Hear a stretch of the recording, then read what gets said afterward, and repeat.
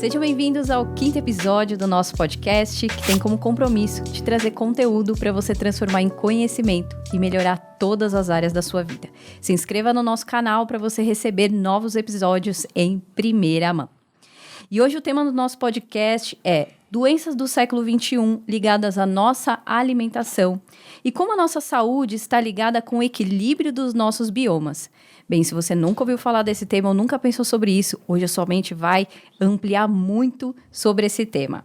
E para falar desse tema, estamos aqui com o Ed Calfá, especialista em ciência nutricional pela Stanford e cofundador da Mata, uma marca de superfoods da floresta amazônica. Seja bem-vindo, Ed Calfá. Valeu, Grace. Obrigado pela apresentação. Prazer estar aqui. Que bom, fico muito feliz. Ed, você é um cara que você inspira, você leva informação, você, enfim, tem muito conhecimento aí. E eu queria saber um pouquinho de como que você começou. Tipo, eu quero conhecer um pouco mais de você, lá de trás. Onde é que você nasceu? Como é que era o Ed como criança? E como é que você veio se construindo para você chegar essa potência que você é hoje, né? Eu falo, né, até comentei que você é uma enciclopédia do conhecimento, né, da saúde. Legal. Bom, eu vou tentar ser hiper resumido. O que eu posso te falar da minha infância no que diz respeito à alimentação, que eu acho que é o que te interessa, o que me trouxe aqui hoje, é que eu fui uma criança que cresceu à base de tangue, batata frita,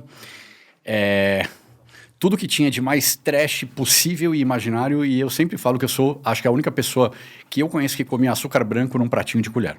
Você tá brincando. Nesse nível. E muito bem, passei minha adolescência, obviamente eu não tenho tendência a engordar, embora eu já tenha estado 16 quilos mais gordo do que hoje.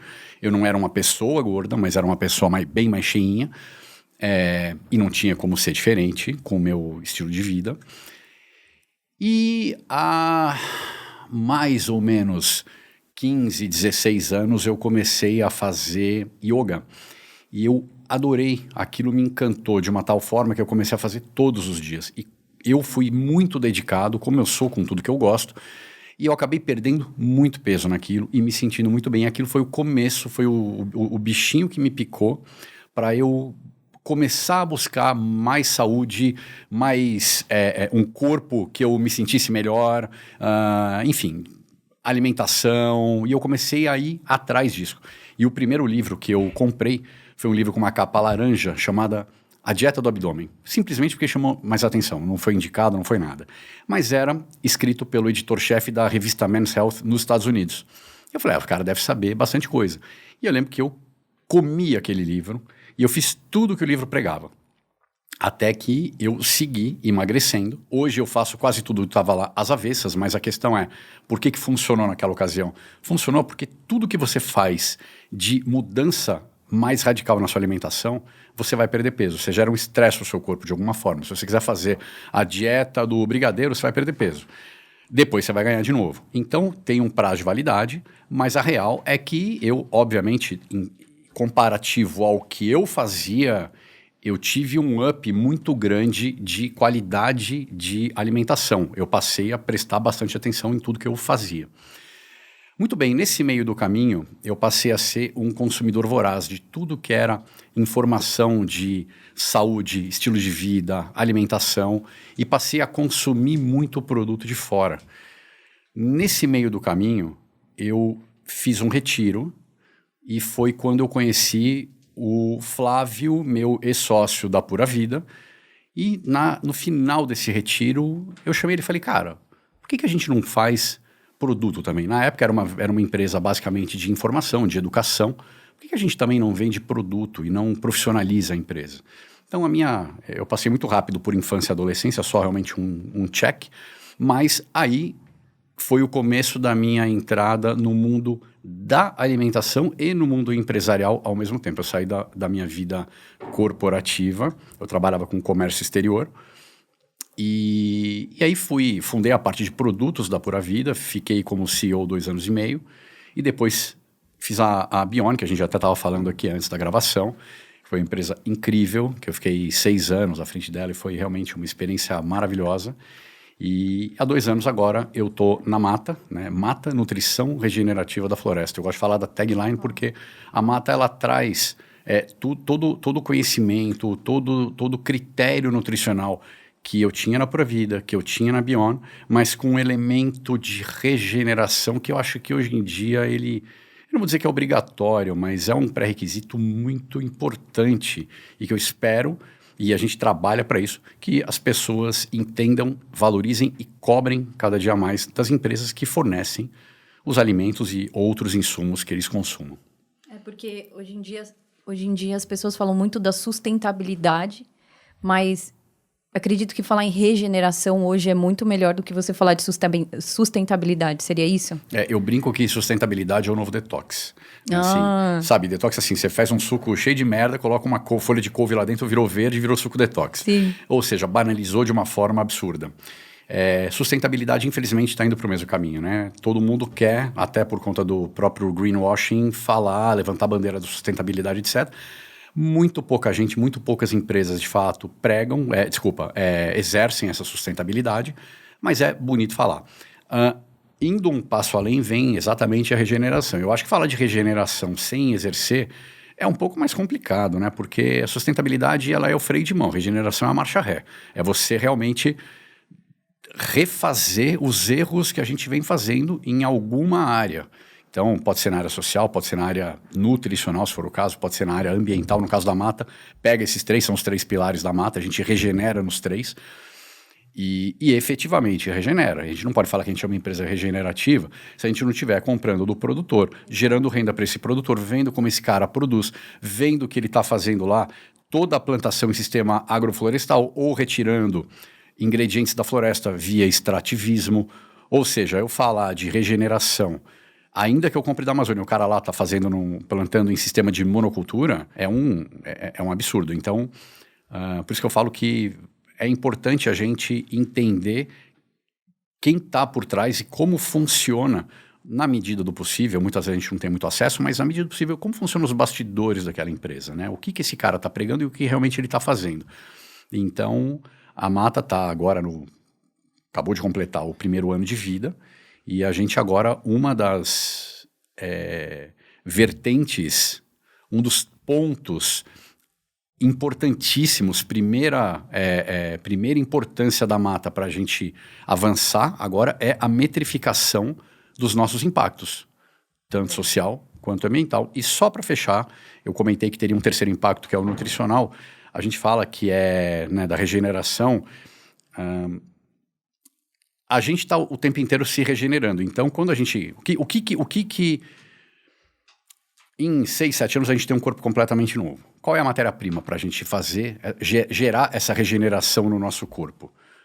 A matéria-prima é o que a gente põe para dentro, né? Como diz o americano, crap in, crap out. Né? Se você viver à base de McDonald's, é a matéria-prima que você vai ter para extrair com muita força algum nutriente lá para se refazer. Então, quando a gente coloca uma comida que não é regada a agrotóxicos, que é do solo mais rico e biodiverso do planeta, que, consequentemente, você não pode dar o que você não tem, o solo é a mesma coisa. Então, o solo está aportando muito mais nutriente para aqueles ingredientes. Você pega aquilo, combina de uma forma inteligente e joga aquilo para dentro, é pura regeneração. Então, só para fechar, a questão do trinômio, né, da regeneração da mata, social, ambiental e nutricional. Eu conheci a Mata, né? Eu fui lá no seu stand. Na verdade, depois da Beyond, aí eu te conheci por conta da questão da Beyond, né? E aí depois eu vi todo o seu processo de criar a Mata e tudo. E eu fui lá no stand que você expôs lá na Bio Brasil Fair. E quando eu cheguei lá no stand, eu vi todas as castanhas, né? Baru, o que mais que tem? Tem muita coisa, né, dentro. Na Arabacuri. O baru, a gente adora baru, mas a gente não coloca o baru do cerrado, mas na verdade é a base dos superfoods, castanha, coco, açaí, cacau e cupuaçu. Esses são 5 principais ingredientes. E depois tem outros 10, e que nesse stand justamente a gente fez uma experiência amazônica, né? Porque as pessoas estão... Embora esteja aqui, entre aspas, no nosso quintal, está ao mesmo tempo muito distante, né? A gente não tem muito acesso às coisas da Amazônia, até porque são várias Amazônias, né? Então a gente fez essa curadoria para fazer os superfoods e depois no stand a gente trouxe os ingredientes tanto in natura quanto em pó para que você pudesse ver como é que é a árvore, como é que é o fruto, de onde vem, etc. E também provar. Então ele em pó na forma tal qual ele está constando dentro do nosso pacote, né? Então você prova, você cheira, enfim, foi uma experiência também sensorial. Muito legal, e é isso, as pessoas passam a valorizar muito mais e a entender que lá dentro tem comida de verdade. Né? Exatamente. Não, eu achei sensacional. Quando eu cheguei lá, por exemplo, castanha do Pará é uma coisa que eu consumo bastante, tá? Castanha do Pará, castanha do caju, entendeu? Quando eu vi aquela... como se fosse como um coco, né? Que tem as castanhas do Pará dentro. Eu olhei e falei, a castanha do Pará vem aqui? Aí a moça que estava no estande falou, sim. E eu comecei a olhar tudo aquilo, eu falei, gente, e olha que eu consumo muita coisa da terra mesmo, né? Pesquiso bastante, costumo olhar. E eu percebi a quantidade de alimentos que tinham ali, frutos, né? Posso considerar de frutos? Sim, sim. São frutos e tudo. E eu falei, meu Deus, eu não conheço mais da metade do que tá aqui. E aí, quando ela foi me explicando cada coisa, vi o processo, né? Até chegar na liofilização, certo? E aí, uma coisa que me impressionou muito. Para quem não tá entendendo muito, ele expôs o produto dele, que é da mata, numa feira chamada Bio Brasil Fair. E aconteceu também aqui em 2023. E eu cheguei lá no stand, foi uma experiência incrível. Ele justamente colocou a gente numa experiência da floresta amazônica. Então, o que tem dentro do produto dele, da mata, ele expôs lá no stand e você foi entendendo. O produto, como por exemplo a castanha, né? Como ela vem dentro daquele... Seria um coco ouriço, ali? chama ouriço. Ouriço. Ele é uma bolota, lá dentro tem 20, 25 castanhas dentro, ainda em outra casca intermediária, Exato. né? E aquilo tá a 40 metros de altura. 40 metros. Aquilo ninguém colhe, aquilo você espera cair. Que legal. E quando chegou até o processo de liofilização, eu não sabia o que era, né? Que é para manter ao máximo os nutrientes, né? Do alimento e tudo. Cara, aquilo para mim foi uma experiência fantástica. Enfim, acabei levando para casa. Hoje eu consumo, quase que eu trouxe aqui pra gente ir tomando enquanto a gente fazia o podcast. E eu achei sensacional. E aí me fez refletir muito o quanto a gente tá afastado da terra. Porque, por exemplo, na casa da minha mãe, sempre teve muita árvore. A gente planta tudo, semente, joga aqui. Tem um pé de jabuticaba gigante. Mas ali... acionou um alerta na minha cabeça de, cara, como eu tô afastado da alimentação de verdade. Porque eu não tô consumindo esses produtos que estão aqui. Floresta Amazônica, como você falou, quintal de casa, tá aqui do lado. Não sei se eu tô errada, mas quase como se fosse a metade do território brasileiro, mais ou menos, quase né? 60%. Quase 60%. E eu nunca pisei lá. E outra, que eu quase não consumo alimentos de lá, do meu próprio país. E um alimento riquíssimo. Então, aquilo acendeu um alerta, assim, na minha cabeça e me fez refletir o que eu estou consumindo, que a gente fica repetindo muito os alimentos. Como, por exemplo, quase todo mundo consome arroz, feijão, nem todo mundo consome lentilha, alguma coisa assim, consome leite, pão. Parece que todo mundo consome os mesmos alimentos, cara. E, assim, eu fico pensando a quantidade... Se nós somos seres muito individuais, tipo sanguíneos diferentes, etc. Querendo ou não, nós somos parecidos, mas tem a nossa individualidade. Eu fico imaginando a quantidade de doenças que não começam a surgir por conta da gente ficar repetindo certos alimentos e não diversificar, né? Não sei, isso para você... Faz total sentido e, na verdade, o buraco é mais embaixo, né? Em primeiro lugar, a gente come o mundo. 1/4 da alimentação do mundo é baseada em 4 grãos. Milho, soja, trigo e arroz. Meu Deus. Tá? Então, 1/4, 25% da alimentação do mundo. Primeiro ponto. Segundo ponto, esses caras, eles são essencialmente transgênicos. Então, além de virem de uma produção de monocultura, que é uma produção que inevitavelmente requer químicos. Por que requer químicos? Porque se você dizima tudo que tem de biodiversidade dentro daquela área e planta uma coisa só, essa coisa só, ela vai ficar, em primeiro lugar, fraca, né? Ela é suscetível a pragas, doenças, insetos, o que quer que seja. E segundo lugar, necessariamente precisa ter veneno para limpar ervas daninhas, etc. Por quê? Porque o cara que planta monocultura, ele quer só aquilo. É diferente de uma agrofloresta, onde tudo é bem-vindo. A agrofloresta, você escolhe o que você planta. Você vai escolher 3, 4, 5, 10 culturas. Mas no meio delas vai acabar vindo um monte de folhagem e todas elas são, no final, úteis e têm o seu papel de troca nutricional com o solo. Numa monocultura você não tem. E na monocultura transgênica é ainda pior, porque o alimento transgênico, ao contrário do que as pessoas pensam, não é um alimento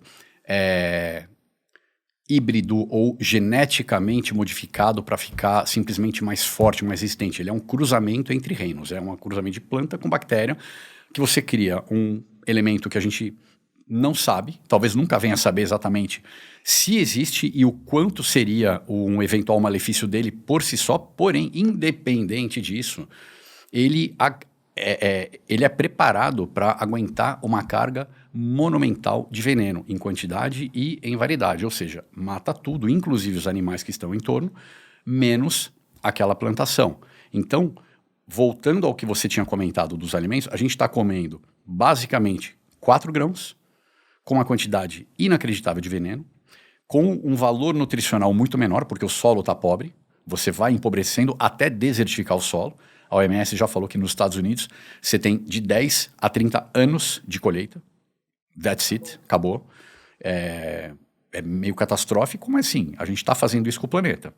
Né? Então, e aí, de novo, eu bato na tecla da regeneração. Né? A gente precisa regenerar. Em algum momento isso vai ser obrigatório para a sobrevivência do planeta. Então, que bom que algumas pessoas, algumas empresas já começaram a fazer isso.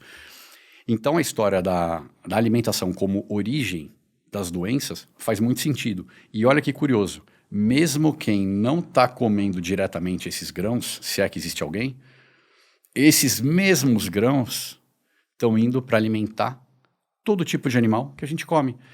Se já é bizarro o mundo consumir todo mundo a mesma coisa, como base da alimentação, você imagina se você transforma isso em vários reinos, todo ser humano, vaca, porco, cabra, peixe, galinha, cara, tá todo mundo comendo a mesma coisa. Cadê o que tem de minimamente natural nisso? É claro que essa corda vai estourar, como está estourando. E o mundo está acontecendo o que a gente está vendo. Exatamente. Uma coisa que eu pesquisei há algum tempo atrás, e eu fiquei encantada, a questão das agroflorestas.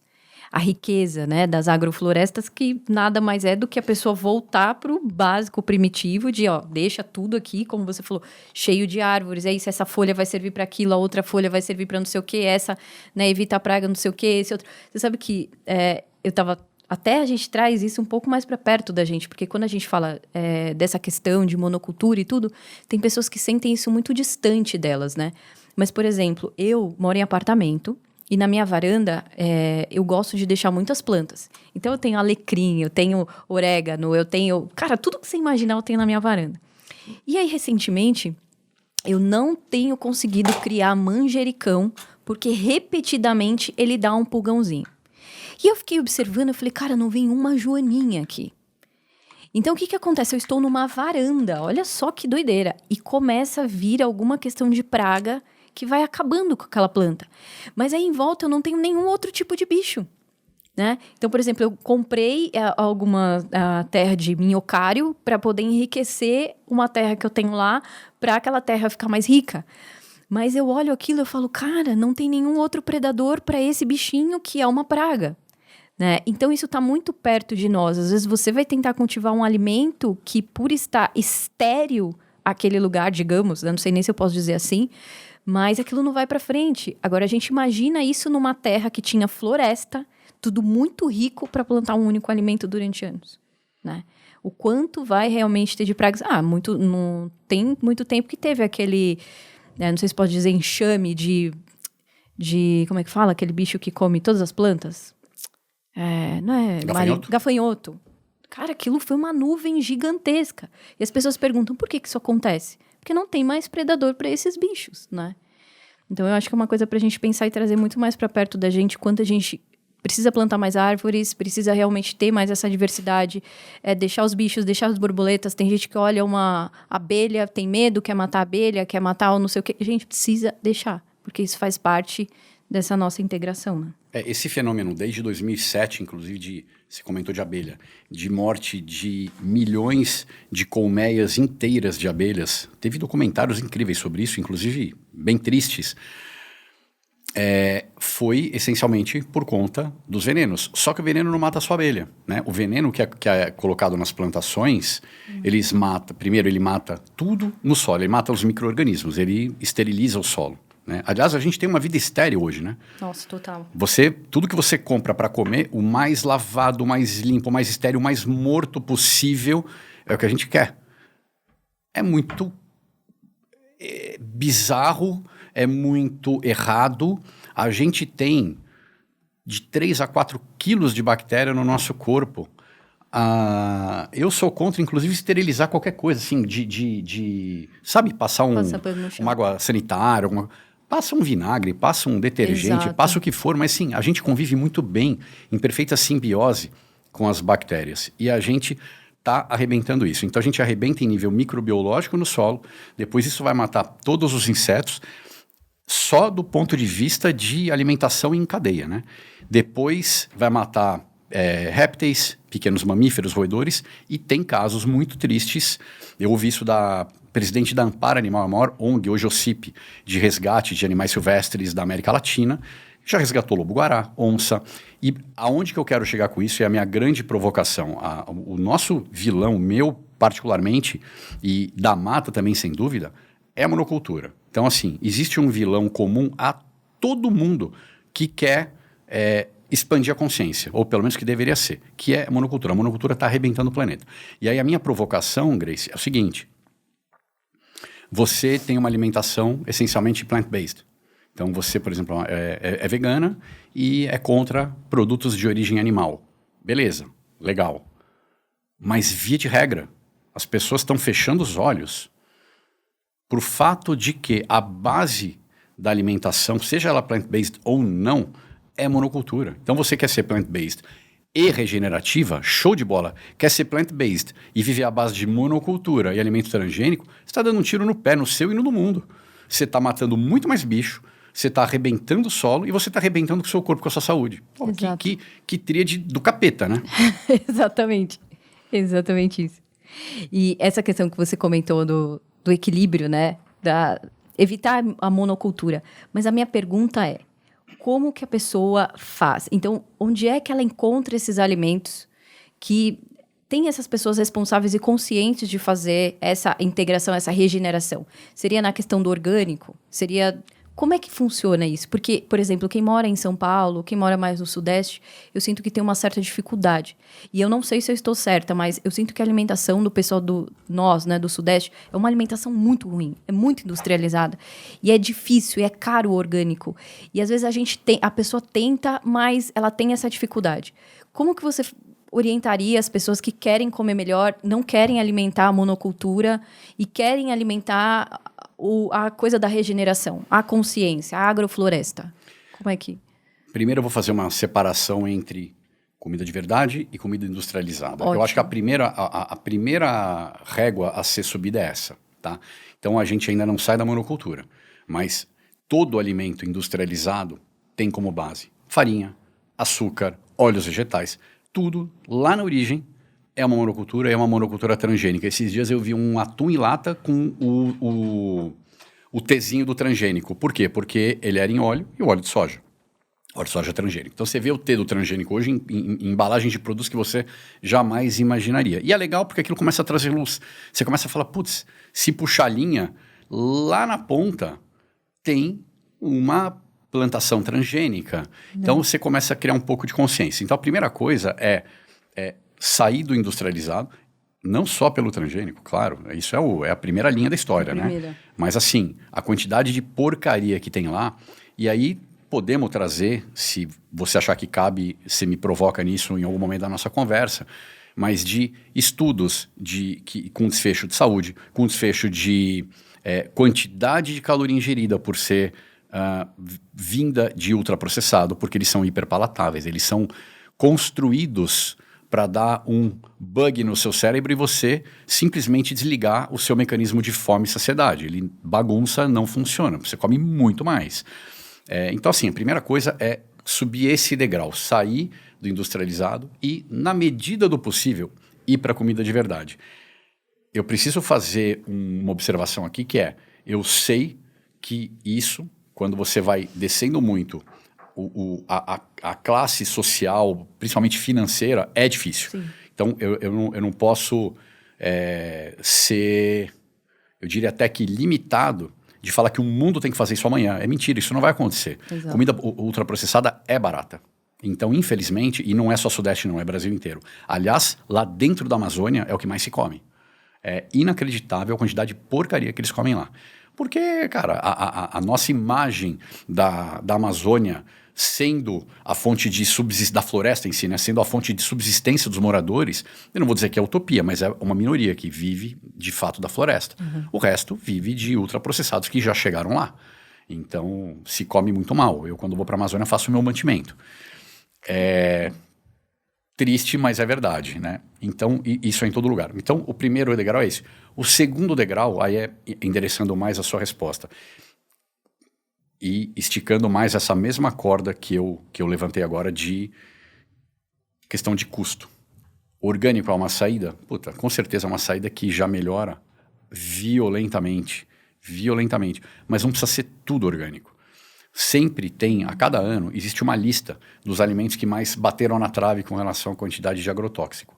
2 que sempre estão na lista, por exemplo, é morango e tomate, sempre. Então, parta da premissa é que, assim, ou não come morango, ou não come tomate, ou compra orgânico. Então, você vai pagar um pouquinho a mais no mês, né, em valor mensal não é uma coisa muito grande, mas você vai escolher a dedo quem que você não abre mão que seja orgânico. Ainda estou falando do ponto de vista de saúde. Agora, do ponto de vista de regeneração, ou ainda um degrau antes, de sustentabilidade, como é que a gente faz isso?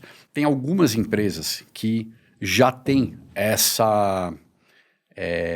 esse drive de sair, de fato, da monocultura, de sair, de fato, de uma produção e consumo não otimizado dos alimentos, tanto do ponto de vista social quanto ambiental. Acho que isso vale para os dois, tá? Tem empresas que realmente pagam um prêmio para comprar direto do produtor e tudo mais, geram renda e tudo mais. Então, assim, eu fiz até um post recentemente onde eu levantei vários desses nomes e eu acho que sempre vale a pena comentar, obviamente. A Mata é uma delas, mas não é a única. Você tem uma série de empresas, inclusive de chocolate, que estão baseados em produtores, não só Amazônia. Você estava falando de biomas, não só Amazônia. Produtores de baru, produtores de castanha, de caju, muitas coisas do cerrado. Né? Você tem empresas como o Nacal, como Viva Regenera, como a tal da castanha, que trabalham de forma super legal, olhando com lupa, resgatando desde o começo como que valoriza aquele cara lá na ponta, como que traz um produto puro, que foi bem plantado, bem processado, bem colhido. Então, não é uma resposta única, uma resposta que eu te tire do ponto A e te leve para o ponto B de uma vez, mas a gente hoje, graças a Deus, tem muito acesso à informação. Então, a gente consegue puxar essa linha na medida do possível. E o que a gente sabe com absoluta certeza é que todo e qualquer ultraprocessado não está cumprindo isso minimamente. Então, você acaba incentivando uma indústria que não traz nada de bom para o planeta, não traz nada de bom para você, só alimenta as suas lombriguinhas e as suas compulsões, né? Nossa, e a gente faz isso muito com os nossos filhos, né? Porque a gente quer dar aquele prazer efêmero para os nossos filhos. E nesses dias meu filho teve um aniversário, chuva de bala. Enfim, é complicado, né? Que festa de criança que não é doce e porcaria do começo ao fim. Exatamente. Então a gente começar a criar um pouco de consciência nisso para poder aumentar a velocidade de mudança dessa engrenagem. E começar, você comentou de consumir os orgânicos, mas eu acredito que também da pessoa, um passo seria a pessoa começar a ler o rótulo, por exemplo, né? Porque, vou te dar um exemplo que aconteceu ontem. O meu marido comprou uma batata, aquelas congeladas, porque ele gosta e tal. E aí eu peguei ontem para fazer, não tinha batata. Tinha tudo menos batata ali, entre aspas, né? E eu fico pensando nisso. A Pringles é menos da metade batata. Cara, impressionante. Outro dia eu fui comprar um palmito no mercado. Peguei, eu leio o rótulo de tudo, óbvio, né? Tô ensinando meu marido nesse processo. Peguei o palmito, realçador de sabor, mais INS não sei o quê. Fui tentar comprar uma geleia. Açúcar, 10 itens, cara, deixa aí na prateleira. E assim, é muito engraçado que muitas pessoas, elas veem só um rótulo parecendo, saudável, não sei o quê, ou às vezes com proteína, né? Por exemplo, você que teve a Biom, pode falar muito sobre isso. A quantidade de proteína X. Quando você vai ler o rótulo, tem 50 aditivos químicos e proteína, 12 gramas. Aí eu pergunto, se a pessoa lesse esse rótulo, ela poderia pegar esse dinheiro e colocar num outro alimento muito melhor, né? Que ela não seria enganada pelo rótulo. Aí tem lá bem pequenininho só o que tem de ingrediente. Eu fico, cara... Então, eu não sei, eu penso, queria saber se você concorda ou não comigo, que começar a ler o rótulo, criar esse hábito, que não é paranoia, mas é consciência. É fundamental. Cara, você Acho que o único ingrediente, muita coisa. O único produto que você pode comprar sem ler rótulo, e olhe lá, é água. E olhe lá. E olhe lá, porque você tem águas e águas, mas tudo bem, não vamos ser tão pique. Mas assim, tirando água, é o que você falou. E aí você fala, pô, em primeiro lugar, hoje você precisa quase que fazer um curso de engenharia química para poder ler rótulo, né? Então, assim, metade você não sabe o que é. É letra, alienígena, número... INS 50, 200, não sei o que. Você fala, o que é isso? É um alienígena. E depois você mencionou proteína. Muitas vezes, o rótulo tem lá a quantidade de proteína, porém... Duas coisas. Uma, qual é a fonte dessa proteína? E aí, não é... Rótulo frontal é puro marketing, de qualquer produto. O que eu quero dizer é, esquece rótulo frontal. Lê atrás, tabela nutricional, ingrediente e faz um depara. É ali que você tem que ver. Aí você vê proteína, você tem que entender qual é o ingrediente que está aportando proteína. E muitas vezes você vai ver, sabe o que é? Glúten. Glúten é uma proteína. É a pior proteína que existe. O cara coloca glúten para aumentar a proteína do alimento? É normal. Que é isso? Sim, por isso que é um baita absurdo. E o glúten, não vou entrar no mérito do glúten em si aqui para a saúde, etc. Mas o fato é que, no mínimo, o glúten, ele tem, de 100 gramas de glúten, você vai absorver 30 como proteína. O glúten tem mais ou menos 70% de proteínas não absorvíveis. Só que, para a Anvisa, você pode fazer aquela alegação de 100%. Então, você vai comprar, vai ter um determinado alimento que você está achando que está consumindo, por exemplo, 20 gramas de proteína, quando no final você está consumindo 5, 6. Né? E de uma proteína horrorosa. Uma proteína toda capenga, cheia, toda furada, cheia de aminoácido faltando, etc.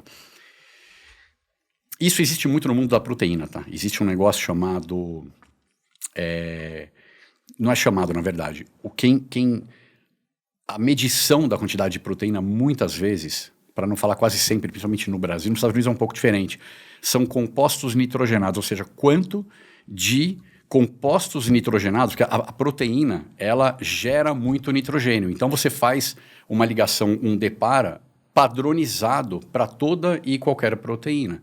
Então, existe um fator de 6,25, porque, se não me engano, é 17%. 17%, não sei se é 17 ou 14, agora não me lembro, mas às vezes 6,25 dá o 100%, que é justamente quanto de nitrogênio tem como derivado daquela proteína.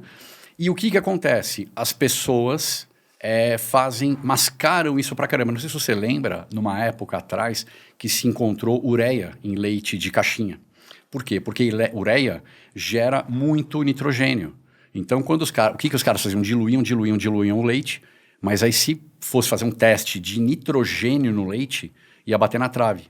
Então, para eles não baterem na trave, eles colocaram ureia, porque no teste de nitrogênio a ureia vai compensar. E aí aquilo vai ser qualificado como sendo proteína. Obviamente, até que se faça um teste um pouco mais no microscópio, como foi feito, graças a Deus, e pegaram. E era um leite de uma empresa bem grande. Então, o lance da proteína, o lance do rótulo, tem uma quantidade muito grande de truques da indústria. Né? Um outro truque da indústria é açúcar. Né? Então, açúcares escondidos, açúcares não declarados. Então, para a Anvisa, o que é considerado açúcar, prefeito de obrigatoriedade de rótulo, é monossacarídeo e disacarídeo. Então, monossacarídeo, frutose, glicose e galactose, que você não encontra puro, etc. E disacarídeo, que é a sacarose, que é o açúcar branco, que é 50% glicose e 50% frutose, e a lactose, que é galactose e glicose. Muito bom. Tudo que sai disso, ou formas camufladas disso, a Anvisa não considera açúcar. Eu vou te dar um exemplo. Suco de fruta concentrado ou xarope de fruta. Basicamente, é frutose. Só que, para a Anvisa, não é frutose. E as pessoas entendem, quando vem o rótulo, adoçado com suco de fruta concentrado, adoçado com xarope de tâmara, que está na moda agora, entende que aquilo está tranquilo. E, na verdade, é tão ruim ou pior que o açúcar branco. Por quê? Porque, por duas razões. A primeira, porque passa por baixo do radar e a pessoa acha que está livre para comer quanto quiser. Por que passa por baixo do radar? Porque quando se fala em açúcar, tem uma associação muito imediata que é com índice glicêmico. E quando você fala de frutose, o índice glicêmico não pega, porque o índice glicêmico pega glicose, ele não pega a frutose tem um índice glicêmico baixo. Então, tudo que tem muita frutose tem índice glicêmico baixo. Então, você tem muito produto diet ou adoçado com frutose, aí é errado, aí é contra a lei, mas eu já vi muito, ou adoçado com suco de fruta, que aí não é contra a lei. Ele tá detonando o cara, ele não dá pico glicêmico, mas ele aumenta a resistência à insulina muito mais que o açúcar branco. Então, tem esse nível de sutileza. Então, a educação nutricional, ela é fundamental. E, infelizmente, isso que eu estou te falando agora, poucos nutricionistas sabem, entendem, esmiuçam um pouco mais. Se você falar para a maioria dos nutricionistas que tomar suco de fruta todos os dias não é algo saudável, o cara vai mandar-se embora. Entendeu? Falar que você está louco, como que suco de fruta não é saudável? Então, meu filho adora. Quem não adora suco de fruta é uma delícia. Exato. Mas assim, ele quer tomar com alguma frequência. Não, em casa a gente não tem, mas quando sai, etc., ele toma um pouco. Então, ele sabe que aquilo não é uma fonte de prazer. Né? É como se fosse um doce. Mas açúcar, só para complementar e para fechar, açúcar é uma das outras, a gente falou da proteína, é uma das outras formas, talvez a mais comum de se enganar. Então você tem maltodextrina, que vira açúcar mais rápido do que açúcar branco no sangue. Você tem amido, que vira açúcar mais rápido do que açúcar branco no sangue. E aí você tem profissionais prescrevendo tapioca para um cara que é diabético porque, sei lá o quê, nem sei por qual razão. Né? Então, e isso tudo para a Anvisa não é considerado açúcar, e deveria ser. E se você vai na associação que você quiser de diabetes americana, brasileira, esses caras também liberam esses compostos. Caramba. E se quiser... Não, fala. Não, e isso prejudica o pâncreas, não prejudica fígado e etc. Porque, ok, você não tem um aparente índice glicêmico, mas o quanto isso vai sobrecarregar certos órgãos? Tô correta? Tá super correta, inclusive... Esteatose hepática, por então, exemplo? É isso que eu ia falar. Voltando à frutose, a frutose, ela aumenta muito mais a esteatose hepática, aumenta ou causa 7 vezes mais do que a glicose. Nossa. Entendeu? Então, assim, o cara que tem gordura no fígado, qual que é a primeira instrução do profissional? Tira a gordura. Se o cara tirar gordura, ele tem que aumentar mais de outra coisa, ele vai aumentar mais de carboidrato, ele vai aumentar a gordura no fígado dele. Não tem remédio contra a gordura no fígado. Sabe qual é o único remédio? Diminuir carboidrato, diminuir frutose, diminuir picos glicêmicos. Dane-se a gordura não vai virar gordura no fígado, não tem uma via metabólica para isso. Gordura é excelente para o cérebro, né? A questão da energia também, o cérebro é um outro funciona... papo, a gente pode até chegar nele, tá? Tá. Mas só para não truncar, que é fácil acontecer. Exato, não se deixar. Esteatose hepática, sobrecarregar, claro, o pâncreas, você fica... É o órgão que está produzindo o hormônio insulina, e a gente produz insulina da hora que acorda, da hora que vai dormir. Na maioria das pessoas, 6 vezes ou mais por dia, com pico glicêmico. Cara, é claro, isso não é natural. Nunca foi natural. A gente nunca comeu tanto, muito menos comeu tanto carboidrato, tanto açúcar. É claro que em algum momento isso pifa.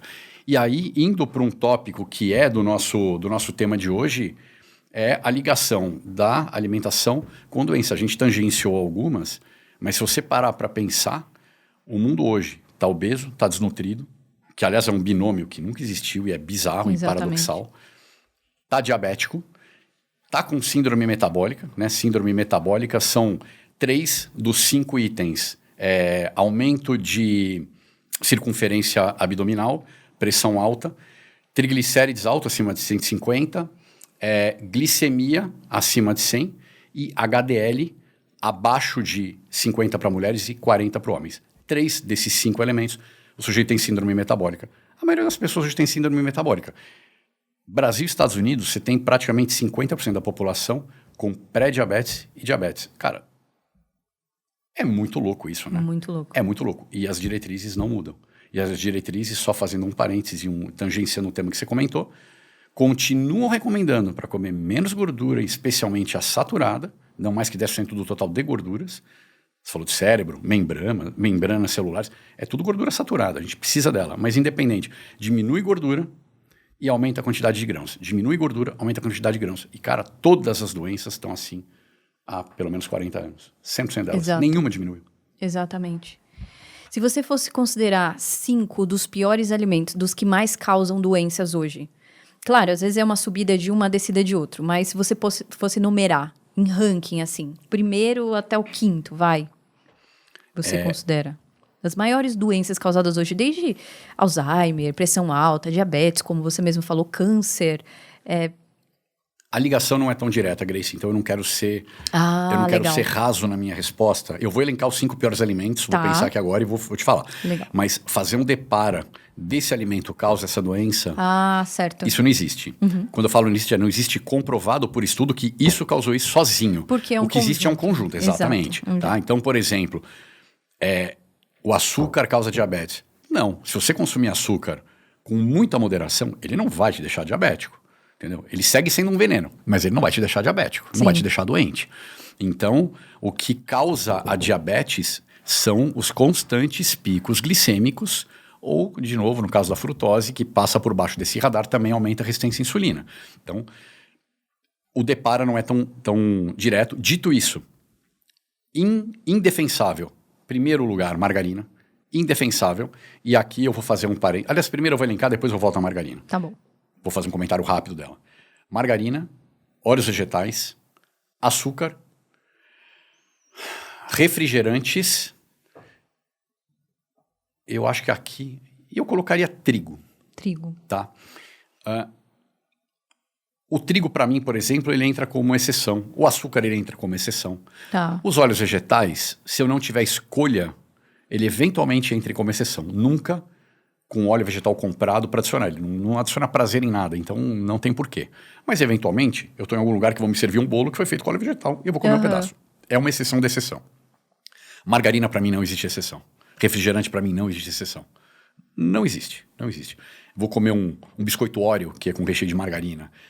Tudo que você vê de doce com creme, em geral, é gordura vegetal. Hoje, inclusive, uma dica. Para quem está nos ouvindo ou assistindo, se você lê gordura vegetal em qualquer rótulo, é margarina. Antes era gordura vegetal hidrogenada. Agora não é mais hidrogenada. E agora eu vou fazer o comentário que eu ia fazer antes, que é... Por que não é mais hidrogenada? Porque a forma de se estabilizar a gordura, a margarina, mudou. Antes era com a adição de um átomo extra de hidrogênio.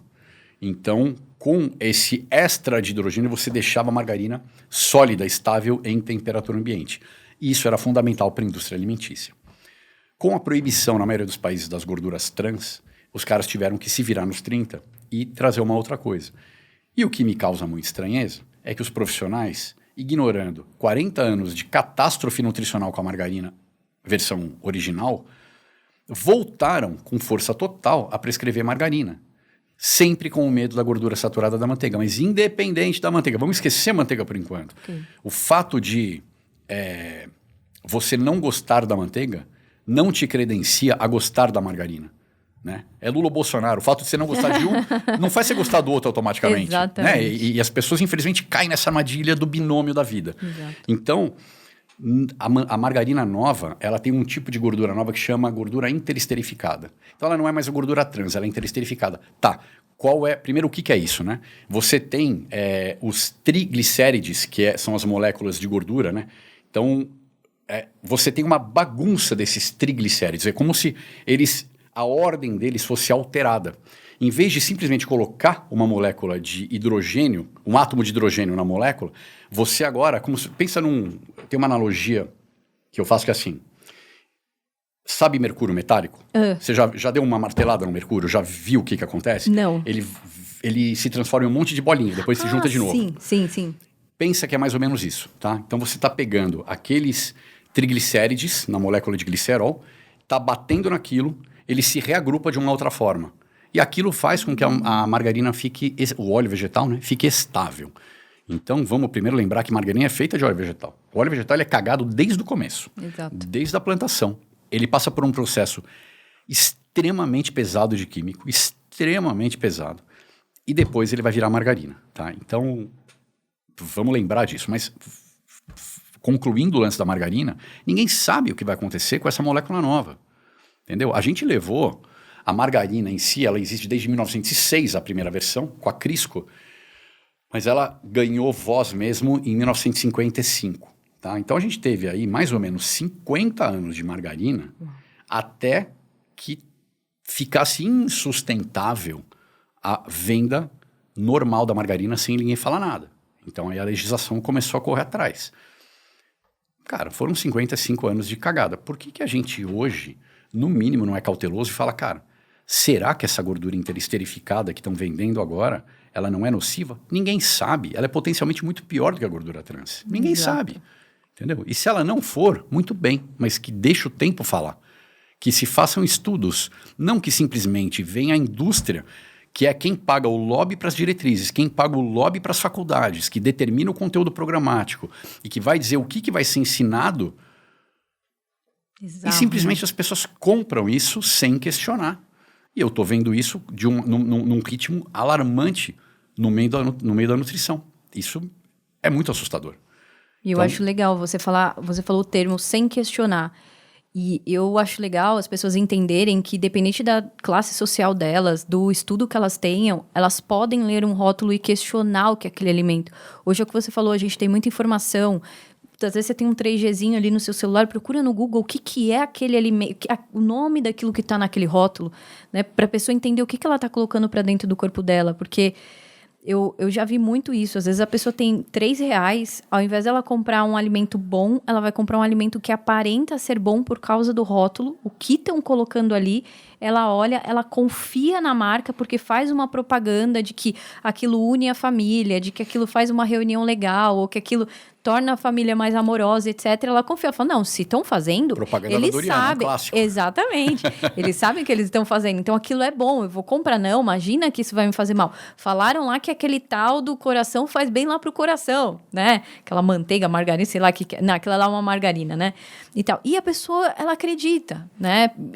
Cara, o que eu queria muito falar aqui é que as pessoas podem ler o rótulo e questionar sobre aquele negócio que tá ali, gente.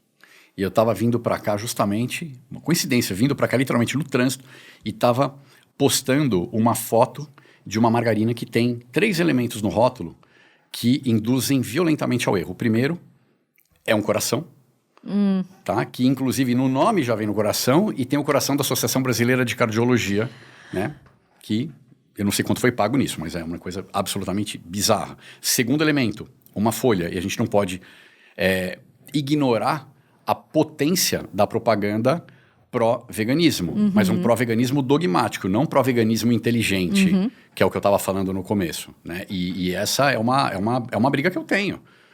Eu acho que é um tiro no pé. E a folhinha, não tem mais como fazer uma ligação da folhinha com aquela margarina. Entendeu? Aquilo não existe mais folha, não existe mais planta, esquece. E o terceiro elemento é rico em ômega 6. As pessoas não sabem o que é ômega 3, 6, 9, 7, enfim. Então, ouvir fala de ômega, pô, legal. Na verdade, ômega 6 é uma gordura poliinsaturada pró-inflamatória que a gente precisa, mas a gente já consome no mínimo 10 vezes mais ômega 6 do que a gente precisaria. Porque ele está muito forte nos grãos e ele está muito forte nos animais que consomem esses grãos. Então, seja uma alimentação plant-based ou uma alimentação animal, você já está com o seu nível de ômega 6 completamente estourado. Então, alguém fazer propaganda de ômega 6, e tem gente que coloca suplemento com ômega 3, 6 e 9, é inacreditável. O cara está enchendo linguiça ali, entendeu? E o consumidor que não sabe está atribuindo um valor. Agora, você acha que a gordura saturada faz mal. Aí você vai para uma margarina porque é uma opção bacana. Você vê lá um selo da Associação Brasileira de Cardiologia, você vai acreditar. Uma folhinha que remete à natureza e rico em ômega 6 que você acha que é bacana, cara, você não vai pegar? Você pega. Exatamente isso. Mas só para as pessoas entenderem, o ômega 6 e o ômega 3, diferentes, né? Completamente diferentes. Só para a pessoa não ficar achando que o 3 também completamente diferentes. O ômega 3 é absolutamente essencial, fundamental, principalmente para cérebro e coração. Necessário, e a gente tem carência de ômega 3, ponto. Ômega 6, a gente tem um excesso de ômega 6, porque a gente nunca comeu tanto grão. Grão, originalmente, não é parte da nossa alimentação. Isso é uma coisa nova da agricultura para cá. Então, a gente mudou. O nosso perfil lipídico, ele é bagunçado. Exatamente. Ficaria aqui 5 horas nesse bate-papo, extraindo aí, assim, enciclopédia, cara, demais. Vamos para um bate-bola agora? Bate-bola final. Então, vamos lá. Jogo rápido, tá? Um livro. Gordura Sem Medo. Foi um livro que mudou muito minha cabeça com relação à alimentação. Uma pessoa que te inspira e o porquê? Eu vou falar de uma pessoa que me inspira na minha área, que é um médico que eu gosto muito, que é o Dr. Souto. Conheço muito bem ele. Ele é um cara absolutamente obcecado por medicina baseada em ciência. Então, uma coisa que é muito comum no nosso meio é falar, repetir igual papagaio tudo que você sempre ouviu falar. E ele é um cara muito bom em desconstruir mitos, que é algo que eu faço muito, algo que eu já tenho nos meus bones, isso. Esse ímpeto questionador. E ele é um cara que me faz ser melhor nesse ponto. Muito legal. Uma frase. Aí você me ferra, meu. As frases do Ed Calfat. Frase minha? Tá bom. Não existe pirâmide alimentar, existe pirâmide política. Uau! Uma palavra que te define. Obcecado por qualidade. Obcecado por qualidade. Ed, então, para fechar tudo que nós falamos aqui, o que você falaria para as pessoas nessa questão de... para evitar que elas entrem nessas doenças, né? Nesse rumo dessas doenças do século XXI, o que você falaria para que elas melhorem a saúde delas como um todo, não só a questão da alimentação? Cuidado com a falácia da autoridade. Então, porque você leu num livro ou porque você viu um figurão, esse figurão pode ser um médico de uma universidade de Harvard, etc. Você começa a subir o degrau, esse cara está falando, acabou o ponto, assunto encerrado, você não questiona. Só que você não lembra que na mesma universidade você tem outro cara falando o contrário. Porque estudos comprovam o que você quiser quando eles são mal feitos. Então, eu diria para você sempre questionar tudo que você ouve no que diz respeito à saúde. Um exemplo bem claro, óleo de coco. Hoje é ruim, amanhã é bom, depois é ruim, depois é bom. A verdade é uma só, ele não pode ser bom e ruim ao mesmo tempo. Então, estou pegando óleo de coco com boi de piranha. Puxa um pouco dessa linha. Procure entender quais são as fontes que você está seguindo e, se possível, qual é a fonte desse cara. Seja uma formação, seja um ímpeto questionador, seja o que quer que seja que... Cara, eu sei que esse cara está embasado, eu sei que esse cara não está simplesmente repetindo algo que ele sempre ouviu. Eu vou fazer um comentário extra. Você pensa que uma pessoa que está há 5 anos... aprendendo o que a indústria quer que ele aprenda. Não sei se você já foi num congresso de nutrologia, por exemplo. Cara, é Nestlé, é Hellmann's, é Coca-Cola. Congresso de nutrologia, entendeu? Quem que quer ser ingênuo de achar que não tem o dedo da indústria? Aliás, tem o braço inteiro da indústria. Exatamente. No que é ensinado. Depois de 5 anos defendendo aquilo, você acha que essa pessoa, é fácil para ela abrir mão daquilo e falar, cara, legal, agora que eu tenho diploma, deixa eu olhar para o outro lado e aprender a verdade. É muito difícil. Graças a Deus tem bastante gente que está fazendo isso. Mas é muito difícil. Então, eu convido sempre as pessoas realmente a questionarem. Não à toa, eu chamei a minha mentoria de Saia da Matrix, porque eu coloco esse questionamento em todas as aulas. Né? Então, aula de gordura, aula de açúcar, de colesterol. Quais são os elementos históricos? Quais são os elementos políticos? Quais são os elementos científicos que fizeram com que a gente tenha essas crenças de hoje? E, consequentemente, por que e como que a gente consegue quebrar essas crenças, culminando na parte científica? É verdade ou não é verdade e por quê? Né? E embasando sempre com os melhores estudos. Então, é uma coisa que... é uma provocação que eu sempre tive e que eu sempre extravaso nas minhas redes sociais, nos meus círculos. Questione. Perfeito. Ed, para quem quiser seu contato, te achar, fazer a sua mentoria, como é que funciona? É legal. Meu Instagram é Ed Calfat, E-D-C-A-L-F-A-T, Ed Calfat. E lá dentro tem o link, lá dentro da bio. E lá, um dos pontos que estão nesse link do Linktree é a mentoria. Então, preenche a aplicação. Não é sempre que eu faço, na verdade eu estou na 3ª turma agora. Não sei quando eu vou fazer a 4ª, mas imagino que daqui a uns 2 meses. E aí, enfim, tem um questionário para ver se tem sintonia, se tem sinergia. Eu tenho que entender quais são as aspirações, os objetivos, para ver se não tem nada muito, muito distorcido com o que eu vou entregar. E é isso. Quero agradecer demais a sua presença aqui, enriqueceu muito o nosso podcast e eu acredito que muitas pessoas agora têm muito mais informação para pensar, para levar a vida com mais saúde e quero agradecer demais, mais uma vez. Que legal, Gracie, foi um prazer o papo, gostei. Obrigado, parabéns e sucesso para o podcast. Obrigado. E você que ficou com a gente até o final, deixa aqui o seu like, comenta também o que você achou, se você ficou com alguma dúvida e compartilha também nas suas redes sociais. Esse daqui é um tema, um assunto que é muito útil para muitas pessoas, do seu ciclo social, seus amigos, seus familiares. Você pode clicar na setinha que está aqui embaixo e enviar nos seus grupos de WhatsApp, que é muito bem-vindo. E quero agradecer que você esteve aqui com a gente até o final e nos vemos no próximo episódio. Um abraço e até lá.